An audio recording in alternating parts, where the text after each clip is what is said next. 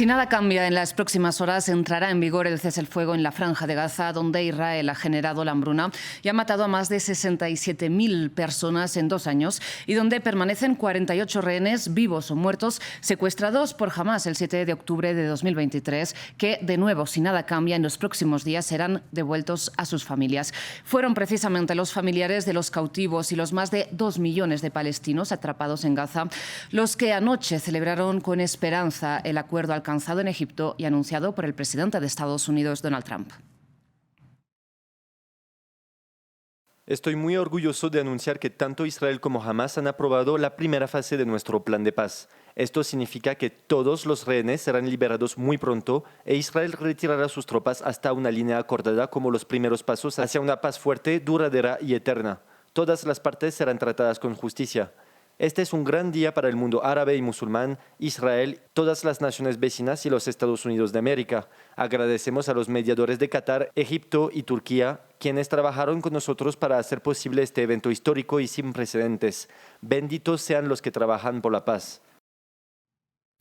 En el debate de France 24 nos preguntamos en esta ocasión cómo consiguió Donald Trump el pacto en este preciso momento, quién garantizará que el ejército de Israel se retire del enclave palestino, a qué precio se va a desarmar Hamás, quién va a gobernar la Franja de Gaza y, sobre todo, este cese el fuego es el fin de la guerra y el principio de la paz. Para el debate contamos, por un lado, con Daniel Lobato. Él es analista internacional y activista pro-palestina, nos acompaña desde Madrid, España. También está con nosotros Marcelo Birmajar, él es escritor y periodista, experto en el conflicto en Medio Oriente y está con nosotros desde Buenos Aires, Argentina. Daniel, Marcelo, muchísimas gracias por aceptar esta invitación al debate de France 24. A ustedes les recuerdo que, si bien ya saben que pueden volver a repetir esta y todas las ediciones del debate de France 24 en nuestro canal de YouTube y también en nuestra página web, ahora pueden volver a escuchar el debate en formato podcast a través de las principales plataformas de streaming de audio, son las que ven en estos momentos en sus pantallas. Ahora sí, dicho esto, Daniel y Marcelo, si bien no sé si en este programa vamos a tener tiempo de hablar del inicio de la paz en Medio Oriente, les quiero preguntar si consideran que este acuerdo de una primera fase puede ser el inicio del fin de la guerra. Daniel, empiezo por usted. Muchas gracias por la invitación. Bueno, no lo creo, porque esto en realidad no es más que el efecto de que la resistencia palestina ha conseguido arrastrar de nuevo a la mesa de negociación a los dos actores que están perpetrando el genocidio. Por un lado, el director de Estados Unidos, que ha otorgado 100 kilotones de bombas o más al régimen genocida israelí, como lo habéis definido al inicio, que ha perpetrado la hambruna, la masacre de decenas de miles o cientos de miles de palestinos dentro del campo de exterminio de Gaza, y los ha conseguido sentar tal como planteó el mismo día 8 de octubre de 2023. Al día siguiente planteó una propuesta de negociación para intercambio de prisioneros de guerra con sucesivas fases, y eso es lo que se logró en noviembre del 23, lo que se logró a inicio de año del 25 y que en las dos ocasiones destruyó el régimen israelí. Ahora nos encontramos en una situación en la cual tanto Estados Unidos como Israel estaban enormemente presionados. Hay que tener en cuenta que hemos sido testigos de cómo el régimen israelí ha caído en el absoluto descrédito mundial. Toda la población mundial ha asumido que Israel es un estado genocida y, por tanto, en este fin de semana hemos visto millonarias manifestaciones por todo el mundo, el asalto incluso a una flotilla de ayuda humanitaria con el secuestro, tortura a sus integrantes. Y esa conjunción de presiones está generando contradicciones en el seno de las sociedades agresoras, también dentro de Europa, que están colaborando con el régimen israelí, las manifestaciones millonarias en toda Europa, en Estados Unidos la fractura entre los que apoyan a Trump pero dicen America First, América primero o Israel primero, en esos dos sectores, y por tanto se han visto muy presionados por todos esos elementos para hacer de nuevo una propuesta que la resistencia palestina, encabezada por Hamás, ha aceptado, como aceptó en noviembre del 23, en enero de este año, que es comenzar a hablar del intercambio de prisioneros de guerra en este caso incluso con mucha generosidad por parte Sí. de la resistencia, que va a ser la liberación de todos los que quedan en vida tras ser asesinados por el propio régimen israelí en estos 2 años innecesariamente, junto con estos cientos de miles de palestinos. Daniel, enseguida continuaremos profundizando en varios puntos que usted ha señalado. Entre otros, me llama la atención el hecho que usted plantea que Hamás tendría los mismos objetivos ahora que hace 2 años. Le prometo que entraremos en este aspecto, pero antes quisiera darle la oportunidad a Marcelo también de responder a la misma pregunta, y es si este principio de acuerdo es el inicio del fin de la guerra. Primero, ¿quién va a cumplir el acuerdo? Israel se retiró de Gaza en 2005 de manera absoluta, no había ningún judío en Gaza. Desde 2005 hasta 2023 no hubo judíos ni civiles ni militares en Gaza, hasta que Hamás agarró judíos de Israel y los llevó a Gaza. Hamás es la única organización genocida en esta guerra. Deviene directamente del régimen islamo-nazi, que no es una interpretación, no es una adjetivación, es la unión entre el mufti de Jerusalén, Amin al-Husseini, y Adolfo Hitler. Se reunieron en Berlín en 1941, programaron el exterminio de los judíos y el exterminio de la democracia, cualquiera lo puede googlear. Afortunadamente los aliados en el mundo occidental liderados por Estados Unidos derrotaron al nazismo. Yo sé que sigue habiendo simpatizantes del nazismo, como la persona que está debatiendo en este momento conmigo. Hamás es una organización deliberadamente, declaradamente islamo-nazi. El único bando genocida es Hamás. Invadió injustificadamente el sur de Israel en 2023, el 7 de octubre, y a lo que la persona que está debatiendo conmigo llama prisioneros de guerra, había entre muchos niños, 2 bebés, a los cuales también deliberadamente, quirúrgicamente asesinaron a la mamá del bebé, y cuando hicieron un intercambio de cadáveres por terroristas vivos, entregaron un cadáver falso. No era el cadáver de la mujer a la que habían asesinado. Finalmente, devolvieron también el de la mujer, que era la mamá de los 2 bebés a los que habían asesinado y primero secuestrado. Esos no son prisioneros de guerra. Los bebés palestinos, judíos, chinos, españoles, Marcelo, musulmanes, judíos, perdón, no, un minuto, por favor. Los bebés no son prisioneros de guerra. El que deliberadamente secuestra un bebé es que tiene una intención genocida, exterminar a un pueblo. La diferencia entre Israel y Hamás es que Israel busca la paz con el pueblo palestino desde la creación de Israel en 1948, y Hamás, en representación del electorado palestino, no del pueblo, del electorado, porque en el pueblo palestino hay mujeres indefensas, ancianos, niños, pero el electorado pretende el genocidio del pueblo judío. Lo dicen en su carta fundacional. No lo han logrado porque no tienen la capacidad. Israel tiene la capacidad no solo de preservar el Estado y al pueblo judío y a la democracia liberal, sino también de defenderse. Es el punto de partida para la paz solo si se puede derrotar incondicionalmente al islamo-nazismo representado por Hamás. Y cierro con esto. Si comenzaron este programa diciendo que hubo un genocidio, los tengo que corregir. Hubo un intento de genocidio de Hamás contra el pueblo judío y la democracia liberal. Las cifras de cientos de miles son totalmente falsas. La acusación de genocidio contra Israel solo puede ser aplicada al grupo islamo-nazi Hamás, y en el occidente liberal hubo manifestaciones, en ningún caso millonarias. En ningún caso. Quiero las cifras concretas. Hay 48 personas israelíes, 28 asesinadas y 20 todavía vivas. Son cifras concretas, específicas. ¿Las niega o las confirma? Millones, manifestaciones millonarias. Empezamos ya con la mentira. Debatamos a partir de los hechos. En ningún lugar del mundo hubo manifestación de 1 millón de personas. Es totalmente falso. Ahora los escucho. Marcelo, en primer lugar, aclarar un poco las cifras en las que nos basamos, que son las que ofrece el Ministerio de Salud de Gaza como ahora mismo única autoridad que está en el enclave palestino, dado que no se permite la entrada de observadores internacionales y que son cifras validadas por Naciones Unidas, que es la de 67.000 víctimas mortales, según la organización Save the Children, 20.000 de las cuales serían niños. Este es un espacio para el debate y les pido, por favor, que a la hora de debatir no se ataquen personalmente, sino que expongan los argumentos de uno u otro. Daniel, ¿quiere usted responder? Bueno, hay que recordar que cuando los colonos comenzaron a llegar a Palestina, atraídos por el Imperio Británico hace 100 años, comenzaron su limpieza étnica 20 años después, hace 80, construyendo su Estado contra los nativos palestinos. Y estos colonos, al fundar su Estado, pues ya expulsaron a casi 1 millón de palestinos, con grandes masacres, destrucción de pueblos.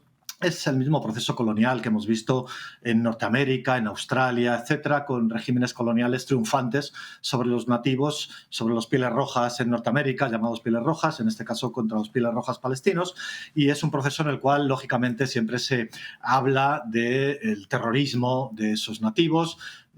El propio De Gaulle era considerado un terrorista por el régimen nazi y por el régimen subordinado de Vichy francés. Luego el propio De Gaulle, cuando consiguió liberar a Francia, a su vez llamó terroristas a los nativos de Indochina, a los nativos de Argelia, que buscaban su liberación nacional del colonialismo francés. Es normal, es algo habitual que las potencias colonizadoras o los colonos, como en Sudáfrica, los regímenes blancos de la minoría blanca contra los nativos sudafricanos, pues llamaban terroristas al Congreso Nacional Africano, en Nelson Mandela, etcétera, hasta que, bueno, pues esos regímenes contra los nativos acabaron colapsando, ¿no?, en muchos de esos casos, y eso es lo que está en juego hoy. En juego está que en los 3 trozos que conforman Palestina, el trozo llamado Gaza, Cisjordania, y el trozo llamado Israel internacionalmente desde hace unas décadas, en esos 3 trozos los nativos palestinos son mayoría, son más de 8 millones de palestinos, frente sobre el terreno a una población de colonos israelíes de en torno a 6 millones de colonos, y les llamo a todos colonos porque sustentan un régimen colonial, como los blancos en la Sudáfrica del apartheid eran todos colonos porque sustentaban un régimen colonial, y cuando cayó dejaron de ser colonos y se convirtieron en ciudadanos de un nuevo Estado democrático entre el Océano Índico y el Océano Atlántico, como aquí el día de mañana, dentro de unos años, cuando colapse el régimen israelí, se convertirá en un Estado democrático para todos sus habitantes en toda Palestina del río al mar. La cuestión es que el régimen israelí está explorando la posibilidad de que eso no sea así, intentar voltear demográficamente la población nativa, y por eso su máximo objetivo desde el inicio fue la expulsión de 2,5 millones de palestinos de Gaza. Por eso esa utilización de los 3 jinetes del apocalipsis, el diluvio de fuego de los 100 kilotones de bombas, el hambre, las enfermedades, en un asedio medieval como nunca se había visto. Gaza era un gueto ya definido así por la ONU, ocupado, aunque el ejército israelí estuviera fuera asediando en cuarteles militares desde fuera, y por supuesto los palestinos se levantaron el 7 de octubre del gueto, como se levantaron las personas judías en el gueto de Varsovia legítimamente contra el régimen genocida nazi. Pues de la misma forma contra el régimen colonial israelí se levantaron el 7 de octubre, capturaron prisioneros de guerra, como el régimen israelí indebidamente lleva capturando miles y miles de palestinos, incluidos niños, en estos momentos 12.000 en las prisiones, en las mazmorras israelíes. De esos 12.000 palestinos no se habla, pero paradójicamente la propuesta de Trump viene algo inconcebible, de lo que nadie habla, que cuando la resistencia palestina jamás libere a todos los prisioneros de guerra militares que quedan en manos de la resistencia, los 20 que quedan vivos, militares incluso de alta graduación, a continuación Israel se compromete incluso a liberar niños, y lo reconoce así. Está el documento de Trump ahí para leerlo, y eso es algo que no ha escandalizado a nadie. El reconocimiento por parte de Estados Unidos y de Israel, por supuesto, que tiene niños palestinos en su poder, ¿no? Secuestrados en cárceles indeterminadas, en campos de concentración, en el desierto, a cielo abierto, pasando unas calamidades y siendo torturados y muriendo en prisión. Han muerto más de 100, incluidos niños, 100 prisioneros en las prisiones israelíes desde octubre del 23. Entonces, bueno, Sí. estamos en un proceso en el cual es una guerra contra los nativos palestinos, como se inició hace 80 años, en la cual Israel quiere culminar eso. Netanyahu está, digamos, volcado hacia el futuro para conseguir, como le prometió a su padre, cumplir la tarea que Ben Gurión no acabó, de limpiar Palestina de nativos, y en esa tarea sigue y no puede retroceder porque no puede regresar a su parlamento colonial y decir que ha fracasado y que no ha expulsado a los palestinos. Daniel, entonces le pregunto... El acuerdo acabará. Daniel, entonces le pregunto por qué en este contexto entonces Hamás acepta liberar a los rehenes sin tener la garantía de que Israel se retire de la Franja de Gaza completamente. Porque, primero, cada vida palestina es valiosísima para las madres palestinas, para los padres palestinos, no solo de niños, de ancianos, etc. El asedio medieval, estamos hablando de que en el campo de exterminio de Gaza, normalmente antes de esta masacre, entraban 500 camiones diarios autorizados por el régimen israelí de alimentos, suministros, etc.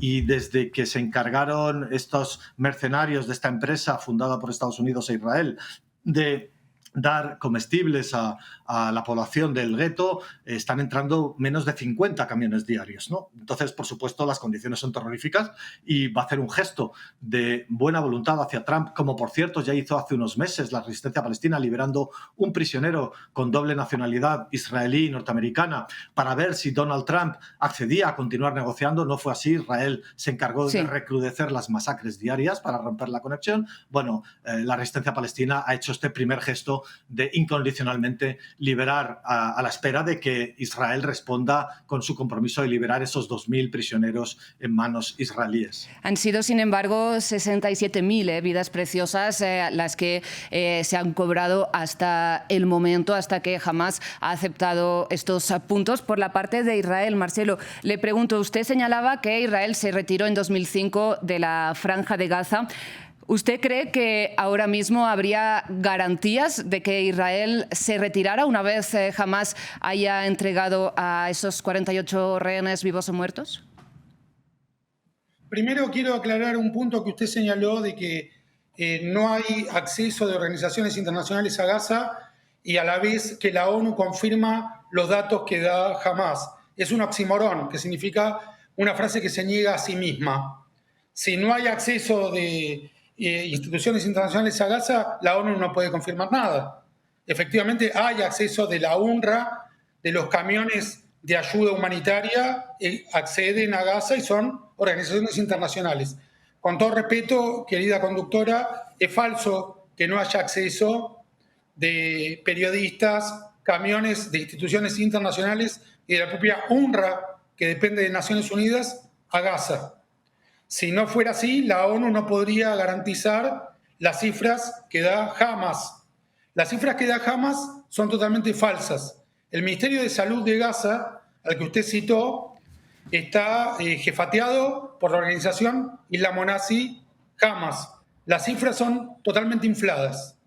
No sabemos cuántas personas civiles palestinas murieron en la guerra que desató Hamás contra el pueblo judío el 7 de octubre del 2023. Todavía no podemos saber, pero es mucho menos de lo que el Ministerio de Salud de Hamás declara.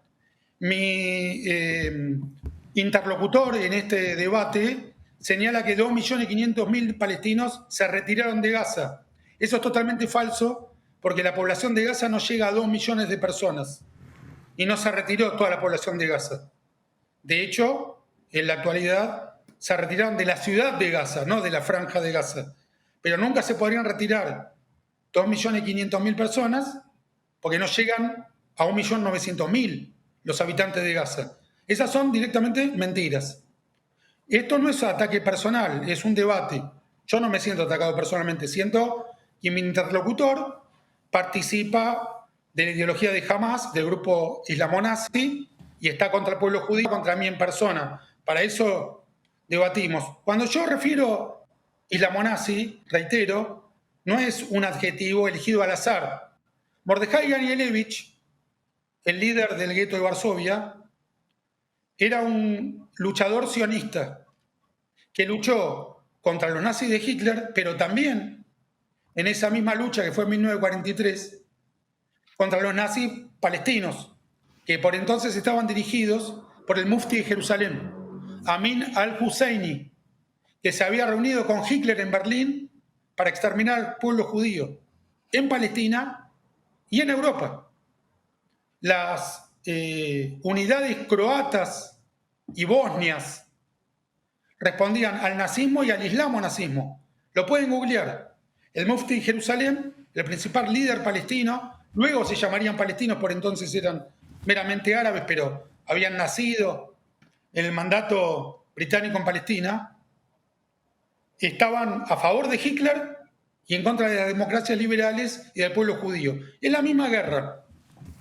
Las cifras, reitero, son totalmente infladas. La de los rehenes no. La de los asesinados judíos no, porque los judíos los cuentan uno por uno. Y también pueden googlear... Marcelo, la pregunta era bastante clara, centrada en el panorama de aquí al futuro, porque hemos tenido y seguramente vamos a tener espacios para debatir sobre cómo las décadas pasadas han influido en la llegada a este punto actual. Yo le pregunto, ¿usted cree que hay alguna garantía de que Israel se retire de la Franja de Gaza?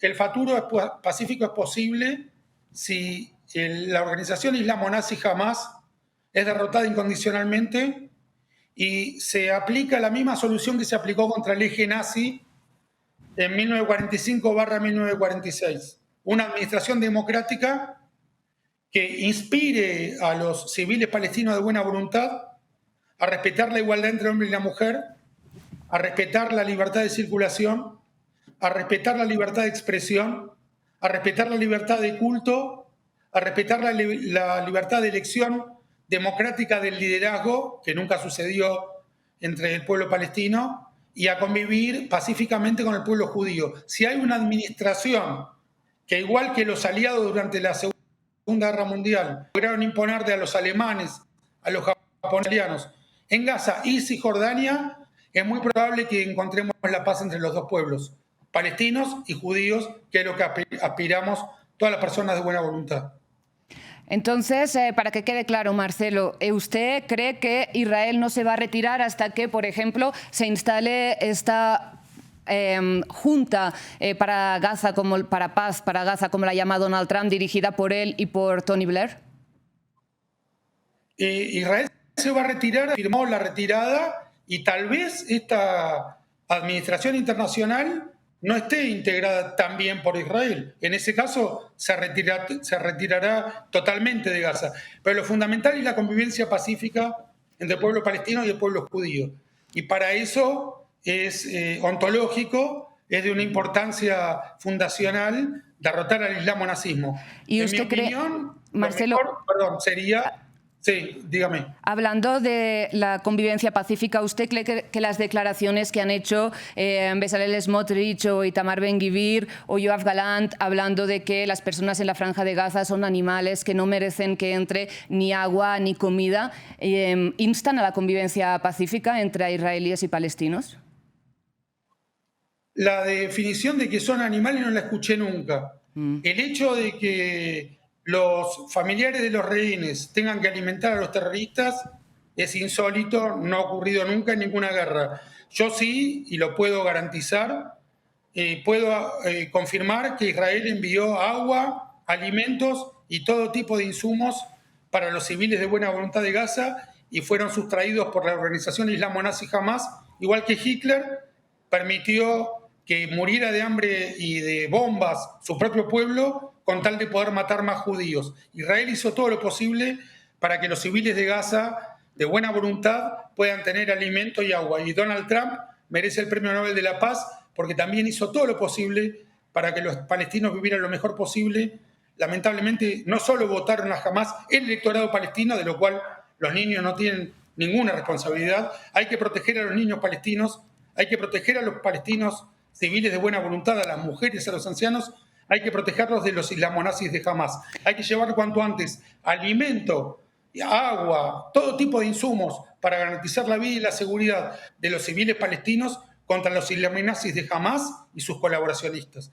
El pueblo palestino tiene que ser protegido por el occidente liberal. Daniel, le planteo usted cómo entiende que Hamás esté ahora, digamos, entrando en este plan de 20 puntos de Donald Trump que plantea lo que mencionábamos y es esta junta de gobernanza, por lo menos temporal, liderada, como decíamos, por el presidente de Estados Unidos, Donald Trump, y por el ex primer ministro británico, Tony Blair, quien, recordemos, acompañó a George Bush en la invasión de Irak. Claro, por supuesto, las dos partes, ya lo he dicho antes, llegan muy presionadas, por supuesto, a una negociación. Desde el día 1 del inicio del genocidio, dictaminado así por la Corte Internacional de Justicia, plausible genocidio, con la Corte Penal Internacional, que emite una orden de captura internacional al prófugo, al fugitivo Netanyahu, por crímenes contra la humanidad, crímenes de guerra masivos, etcétera, pues establece que se está produciendo genocidio y, por supuesto, la resistencia palestina, Hamás entre ellas, sufre porque sus familias son asesinados, ellos mismos son asesinados y llegan presionados a la negociación. Pero tienen líneas rojas. De la misma forma, Estados Unidos e Israel tienen líneas rojas. Antes las he tocado brevemente, pero las puedo desarrollar en el sentido de que, por ejemplo, pues, la resistencia palestina no se va a desarmar nunca, como la resistencia libanesa, como Irán tampoco se va a desarmar, como otros actores sobre el territorio el terreno regional, ¿no? A quien sí habría que desarmar, obviamente, es a un actor que está señalado por genocidio, por supuesto, y los regímenes genocidas, en este caso como el régimen israelí, hemos visto en la historia qué es lo que hay que hacer con ellos, ¿no? Un cambio absoluto de régimen y su derrocamiento, como fue el régimen nazi, como fue el régimen japonés, el régimen sudafricano del apartheid, pero en todo caso también tienen líneas rojas. Ya digo, los palestinos no se van a desarmar, los palestinos no se van a marchar de su tierra y los palestinos no van a aceptar una administración colonial regida por un procónsul imperial llamado Tony Blair o cualquier otro. Entiendo. Esas son líneas rojas que acabaremos llegando a ellas. La otra parte tiene sus líneas rojas, que es intentar forzar eso, intentar forzar ese desarme, acabar con Hamás, que ¿qué es Hamás? ¿No? Porque hasta el último palestino puede acabar siendo Hamás y, por tanto, sería un ciclo infinito de tener que matar a todos y cada uno de los palestinos, puesto que todos y cada uno pueden ser Hamás. Entonces, por supuesto, Netanyahu, ya he dicho antes, no puede regresar con las manos vacías a su parlamento, porque incluso hasta su vida física podría correr peligro de que algún extremista más allá de su ala derecha pudiera acabar con él porque no ha cumplido la tarea de expulsar y vaciar Palestina de palestinos. Por tanto, veremos cómo chocan esas líneas rojas de una parte y de otra y probablemente fracase más allá del intercambio de prisioneros y las primeras jornadas de entrada de ayuda humanitaria, etcétera, y de retirada hasta un límite concreto del ejército israelí, no completamente del gueto de Gaza. Más allá, yo veo difícil y creo que en unas semanas probablemente Israel se verá necesitado de continuar. ¿Cómo podemos imaginar el régimen nazi sobreviviendo décadas después con los restos humeantes del gueto de Varsovia al lado o del campo de exterminio de Auschwitz al lado, ¿no? Es imposible imaginarlo. Por supuesto, el régimen israelí está encadenado a esos restos y tiene que hacerlos borrar o caer con ellos. Y Daniel, usted señala que hay la línea roja del desarme por la parte de Hamás, la línea roja de la retirada de las tropas israelíes de la Franja de Gaza y, sin embargo, en medio de estas líneas rojas hay más de 2 millones de personas atrapadas bajo las bombas, ¿no? Cuando no hay tregua. Le pregunto quién puede forzar a ambas partes a que estas líneas rojas se flexibilicen. Pues como dijo el presidente Petro, a los regímenes genocidas que son una amenaza para la paz mundial, lo dice la Carta de la ONU, lo dice la Convención contra el Genocidio, hay que aplicarles la fuerza de las sanciones y el castigo político, la fuerza de las sanciones y el castigo económico y la fuerza de las sanciones y el castigo militar. Lo vimos cuando Irak invadió Kuwait. Estamos viendo cómo en este caso ni siquiera es un país soberano como Kuwait, es un campo, un gueto, ya era definido así por la ONU, la legalidad internacional, y que sin posibilidad de selva, montaña, comunicación con el exterior, está siendo exterminado con 100 kilotones de bombas convencionales, 6 bombas atómicas de Hiroshima, y aún así en las ruinas siguen resistiendo los nativos, ¿no? Y por tanto lo que hay que aplicar es la fuerza, como algunos actores regionales han emprendido a castigar al régimen israelí. Eso es lo que tendría que hacer la comunidad internacional, aplicar la Convención contra el Genocidio y hacer el uso de la fuerza política, económica e inclusive militar para frenar al régimen israelí, a su ejército, de proseguir con esta masacre. Y sin embargo brilla por su ausencia, ¿no?, estas reacciones de la comunidad internacional. Marcelo, le pregunto, ¿usted cómo entiende que el gobierno de Israel pasara en un mes de atacar la delegación de Hamás en Doha, en Qatar, a firmar un principio de acuerdo con ellos en Egipto? A su parecer, ¿qué tecla ha tocado Donald Trump? Creo que el respeto por la vida de los israelíes, y en este caso superó la geopolítica, en donde si nos hubiéramos guiado por cómo derrotamos al nazismo en el año 45/46, porque la parte japonesa cayó en el 46, hubiera sido seguir adelante hasta derrotar incondicionalmente a Hamás, pero primó el respeto por la vida de los 20 rehenes y recuperar también los cuerpos que los islamonazis de Hamás tienen retenidos. El islamonazismo tiene una especial predilección por la profanación de cuerpos. Marcelo, por favor, tocando muertos. Le pido, se nos está acabando el tiempo, le pido por favor síntesis en la respuesta a la pregunta, porque era bastante clara. Bueno, le di una respuesta, es el amor por la vida de los israelíes que primó sobre la victoria geopolítica, pero del mismo modo que los aliados liderados por Norteamérica derrotaron al nazismo en el año 45, y Hitler, igual que mi interlocutor, acusaba al pueblo judío de todo tipo de falsedades cuando todavía no existía el Estado de Israel, vamos a volver a derrotar a los islamonazis, vamos a volver a derrotar a Hamás, a la República Islamonazi de Irán y a todos sus colaboracionistas en el occidente liberal que son autodestructivos porque marchan en contra de sí mismos, y vamos a instalar la paz y la democracia como lo hicieron los aliados después de la Segunda Guerra Mundial. Y vamos a reinstalar también el apego a la realidad, a no decir cifras disparatadas, mentiras incomprobables, etcétera. Todo eso es parte de la democracia liberal que va a triunfar en Gaza, en Cisjordania, y que va a ser preservada en Israel. Marcelo, y por último, hablando de democracias liberales y de los aliados en la Segunda Guerra Mundial, ¿cómo entiende usted que Francia, Reino Unido, Canadá hayan reconocido el Estado palestino recientemente en contra, ¿no?, de lo que pide el gobierno israelí? Francia siguió la tradición de la Francia de Vichy, que colaboró con Adolfo Hitler.